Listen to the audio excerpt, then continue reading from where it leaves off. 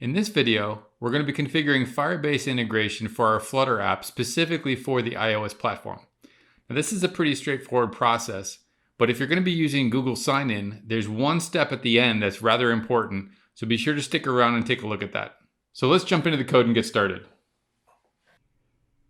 Okay, to add the iOS app into Firebase for your Flutter application, head over to the Firebase console and click Add App. Then click iOS, and this will bring up the iOS app edition screen. First thing it's going to ask for is the bundle ID, and this is basically the organization and app name that you typed in when you created your Flutter application. However, one of the things we're going to need to do is open up Xcode and do a couple things in there throughout this process. So let's go ahead and do that now.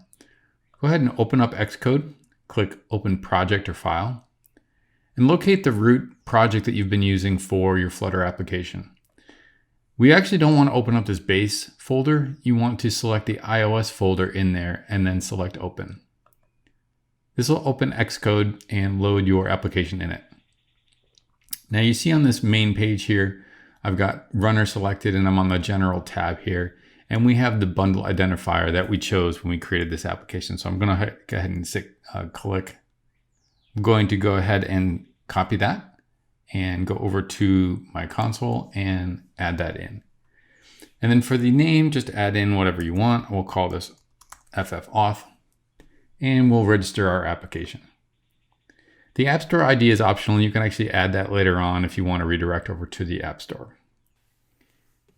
Now that we've got that registered, we need to download the services file. So click Download Google Services Info plist. This will download the file that we need to register our application. Now that the file is downloaded, we need to add that to the Xcode project. This is one of the important parts that you need to do in Xcode. So we're going to go ahead and drag this into Xcode, and it needs to be in runner, and we'll just drop it here above the main storyboard.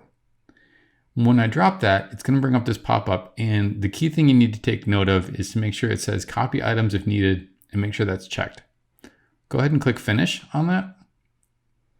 And as far as the instructions go for Flutter, this is the final step.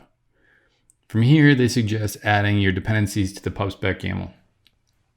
However, one thing I found is that if you try to add Google login, there are a couple of issues, and Google requires a couple extra steps. So while we're in here setting this up, we will go and set that up as well.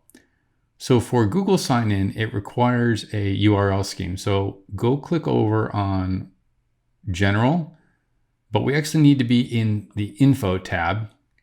And you'll see down here that it needs a URL type. We don't have any URL types listed. So we're going to need to add a URL type. You can find the URL type in your Google Services info. And basically it's this reverse client ID. So go ahead and select that reverse client ID. You can double click on that and then just copy that and click on runner and back over info.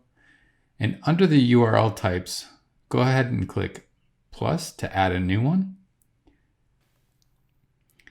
Add your URL scheme and paste that in there. And then just click out of there and we're done with that section.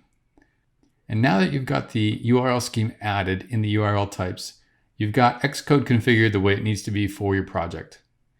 If you come back over to the Firebase setup, you'll see that there's some additional steps. These steps are not required for Flutter. Flutter will take care of adding the Firebase SDK for you and initializing your code. And that's all you need to configure your Flutter application for iOS Firebase integration.